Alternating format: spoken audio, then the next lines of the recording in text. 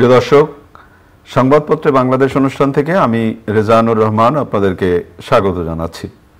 বিভিন্ন জাতীয় দৈনিকে প্রকাশিত খবরের বিশ্লেষণ নিয়ে আমাদের আজকের এই অনুষ্ঠানে অতিথি হিসেবে উপস্থিত আছেন দৈনিক প্রথম আলোর যুগ্ম সম্পাদক, কবি, সাংবাদিক সোহরাব হাসান। কেমন আছেন? শুভ সকাল। আপনাকে শুভ সকাল। পত্রপত্রিকায় প্রকাশিত কয়েকটা গুরুত্বপূর্ণ শিরোনাম পড়ে শোনাই, তারপর আমরা আলোচনায় যেতে চাই।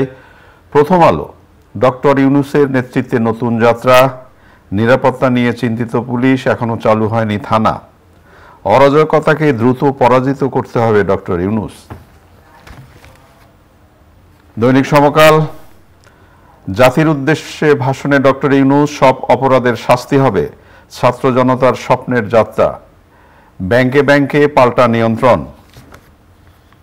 দৈনিক যুগান্তর, অন্তর্বর্তী সরকারের পথ চলা শুরু, অপরাধীদের উপযুক্ত শাস্তি দেওয়া হবে, ডক্টর ইউনূস বলেছেন। দৈনিক ইত্তেফাক, ডক্টর ইউনূসের অন্তর্বর্তী সরকারের যাত্রা শুরু, বাংলাদেশের একটি পরিবার, একসঙ্গে চলতে চায়, তরুণরা মনের মতো দেশ গড়বে, দেশে ফিরে বিমানবন্দরে ডক্টর ইউনূস। খবরের কাগজ, ডক্টর ইউনূসের অন্তর্বর্তী সরকারের যাত্রা শুরু, 13 উপদেষ্টার শপথ 3 জনের পরে, অরাজকতা বন্ধে কঠোর ব্যবস্থা গ্রহণের সিদ্ধান্ত। মানবজমিন, নতুন যাত্রা, ডক্টর ইউনূসের নেতৃত্বে অন্তর্বর্তীকালীন সরকারের শপথ, ধ্বংসাত্মক কার্যক্রম বন্ধে কঠোর ব্যবস্থা নেওয়ার সিদ্ধান্ত। দৈনিক জনকণ্ঠ, ডক্টর ইউনূস প্রধান উপদেষ্টা, অন্তর্বর্তী সরকারের শপথ গ্রহণ, তরুণরা এ দেশ নতুন করে গড়ে তুলবে, দেশে ফিরে সুশীল সমাজ ও শিক্ষার্থীর উদ্দেশ্যে ডক্টর ইউনূস। যায় যায় দিন, নবীন প্রবীণের নতুন অভিযাত্রা।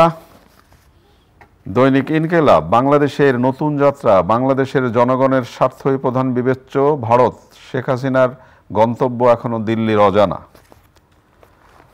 শিরোনাম পড়লেন, একটাই শিরোনাম, দেশের নতুন সরকারের ডক্টর ইউনূসের নেতৃত্বে নতুন যাত্রা।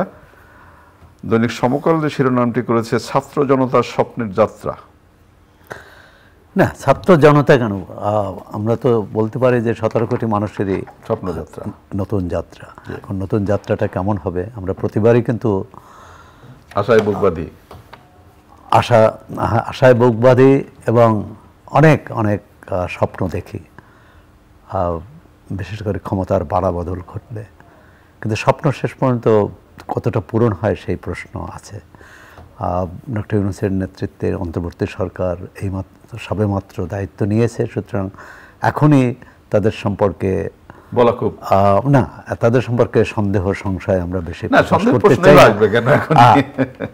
বিষয়টা হচ্ছে, না, পরিস্থিতি খুব জটিল, কঠিন এবং দুর্গম।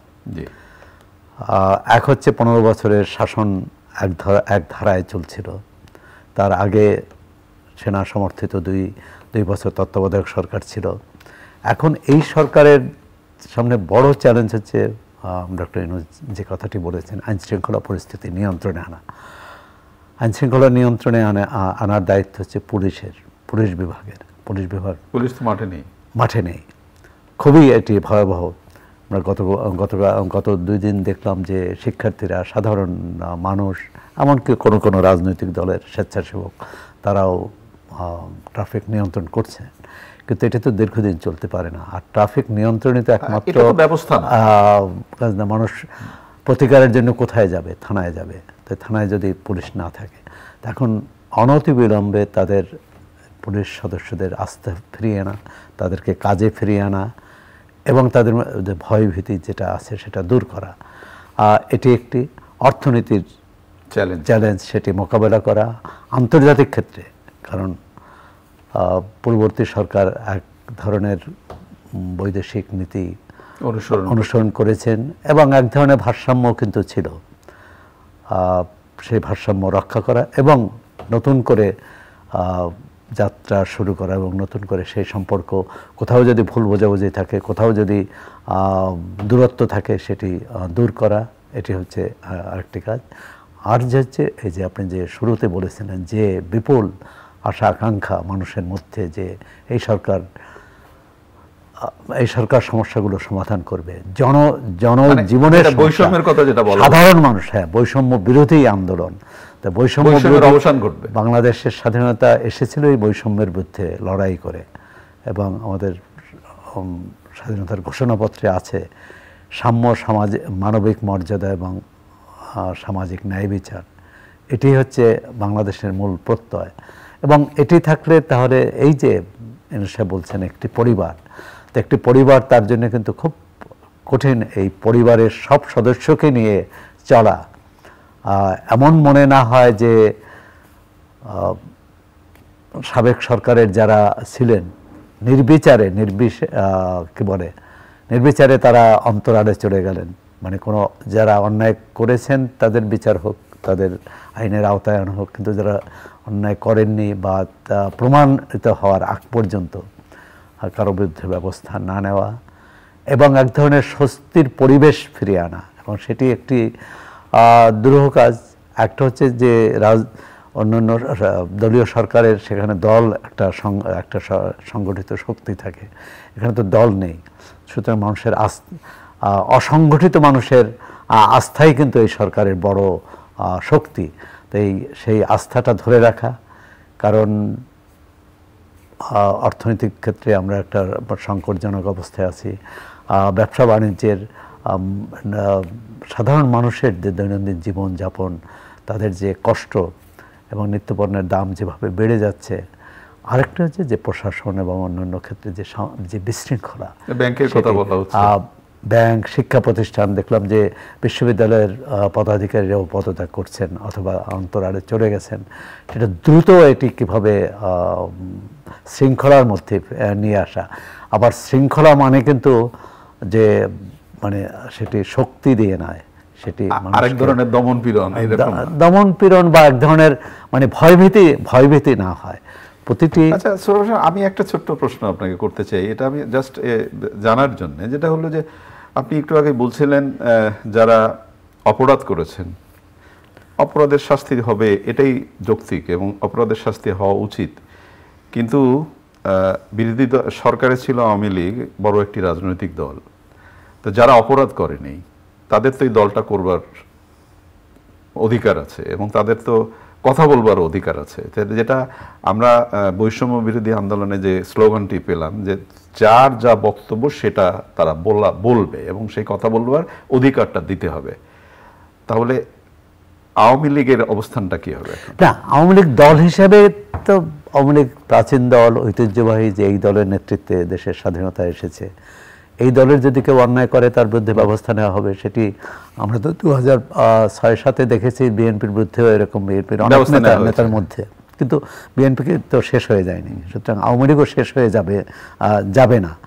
যে বিষয়টা হচ্ছে যে এই যে গণতান্ত্রিক অধিকার, দল করার না করার যে অধিকার, কেউ যদি দল করতে চায় তাকে দল করতে দিতে হবে। কেউ যদি একটি নির্দিষ্ট আদর্শে বিশ্বাস করে, নির্দিষ্ট স্লোগানে বিশ্বাস করে, তাকে সেই স্লোগান দেওয়ার সুযোগ দিতে হবে। আবার অন্য দিক থেকেও আরেকটি সামনে যে বিষয়টি হচ্ছে যে সামনে 15ই আগস্ট, এই প্রশ্নটি আমি আপনাকে করতাম যে আমরা অনেকেই বলছি এখনো সংবিধান অনুযায়ী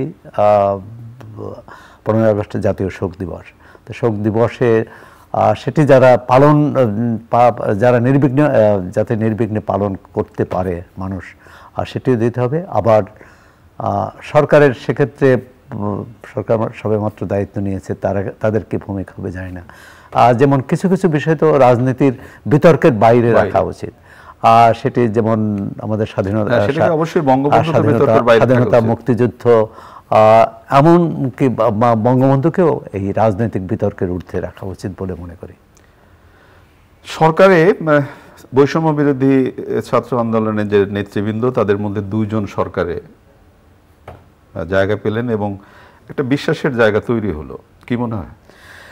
না, তৈরি হলো এবং চ্যালেঞ্জও, কারণ তাদের তো সমন্বয়ক এবং সহ সমন্বয়ক মিলে 100 কতজন ছিলেন।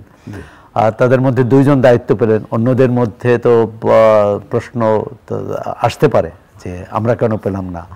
আবার 150 জনকেও তো আর এই না দেওয়া যাবে না, উপদেষ্টা করা যাবে না। হ্যাঁ, এখন তারা কিভাবে করে, একটা হচ্ছে যে নবীন প্রবীণের এই সমন্বয় বলা হচ্ছে, সেটি যাতে কাজের ক্ষেত্রে থাকে, সেটি যাতে মানে নবীনের উদ্যম